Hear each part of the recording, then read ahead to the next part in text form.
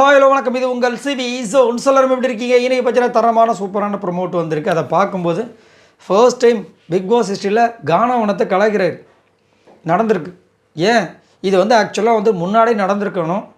Diwakar versus வினோத்னு ஒன்று போச்சு பார்த்தீங்களா, அப்போயே கலாய்ச்சிருக்கணும். கலாய்ச்சிருந்தால் கானாவனத்தோட கேம் இன்னும் சூப்பராக மேபி மாறி இருக்கலாம். அவரை கண்டுக்காமையே விட்டுட்டு இப்போ கலாய்க்கிறாங்க. பட் இருந்தாலும் ஓகே, ஏதோ ஒன்று சொல்கிறாங்களே, அது வரைக்கும் சந்தோஷம். இப்போ இன்னொரு ஒரு விஷயம் என்னென்னா, இவர் இந்த நேரத்தில் கானாவனத்தை விஜய் சேதுபதி அவர்கள் கலாய்க்காமல் போயிருந்தால் கண்டிப்பாக அவரோட கேம் மாறவே மாறாது. ஏன் அப்படின்னா, இப்போ இந்த வாரம் ஒரு டாஸ்க் ஒன்று போயிருக்கும். அந்த டாஸ்கில் பார்த்தீங்கன்னா யார் இந்த பக்கமும் அந்த பக்கம் நிற்கணும்னு சொல்லும். பெரும்பாலும் அதிகப்படியாக சொன்னது கானாவனத்தை. அப்போ ஆதிரி ஒரு விஷயத்தை சொல்லியிருப்பாங்க. வெளியில் நடக்கிற அவங்க பார்த்தவங்க ஒரு காமெடி பண்ணுறாரு, கவுண்டர் அட்டாக் கொடுக்குறான்றதுக்காக அவர்கிட்ட நீங்கள் டைட்டில் தூக்கி கொடுத்துருவீங்களா அப்படின்ற மாதிரி ஒரு விஷயத்தை சொல்லியிருப்பாங்க. புரியுதுங்களா?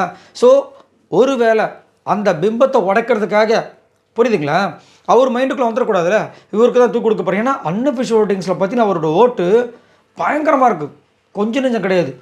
ஏன்னா விஜய் பார்வதி அப்படியே உயிரை கூத்து இன்னென்னமோ பண்ணுறாங்க. அவங்களுக்கு 1,00,000 ஓட்டு தான் வருது. அடுத்தபடியாக விக்ரம், கமருதீன், திவ்யா எல்லாமே. ஆனால் இவருக்கு 2,00,000 2,15 லட்சம் போயிடுது. என்னடா அதுன்ற மாதிரி ஒரு விஷயம் போயிட்டுருக்கு.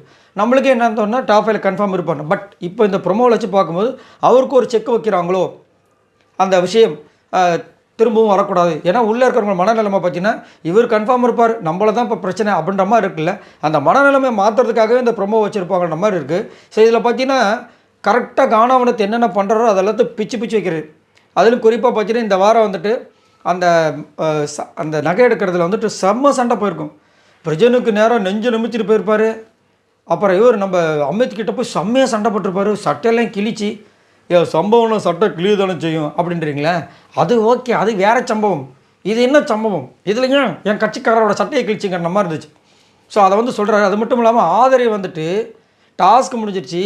அங்கே கானாவனத்தை பற்றி சொல்ல போனால் சூனாப்பனா மாதிரி பண்ணுறாரு. எப்போ சொல்லிப்பாரு, நீ தான் வீரனாச்சா சொல்லிப்பாரு. இல்லையா நான் சொல்ல வரையா, டாஸ்க் முடிஞ்சிச்சியான்றாங்க ஆதரி. விக்ரம் சொல்லட்டோன்றாங்க, விஜய் பார்வதி சொல்லட்டோன்றாங்க, விடமாட்டுறாரு. அதெல்லாம் கிடையாது, நான் என்னை பற்றி பேசாதீங்க, இங்கே பேசாதீங்கன்றார். வாங்க தனியாக பேசலான்ட்டு. தனியாக பேசி என்ன பண்ணுறது?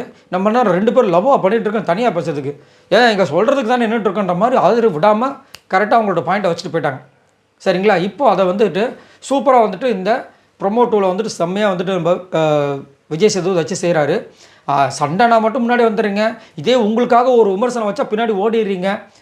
சண்டைக்கு அதாவது அடுத்தவங்களை கலாய்க்கும் போது இனிக்குது, மற்றவங்க இது பண்ணும்போது கசக்குதுன்ற மாதிரி வச்சு செய்கிறாங்க. இல்லை சார், சாரி கட்ட இது ஆக்சுவலாக கானாவனத்துக்கு புதுசு.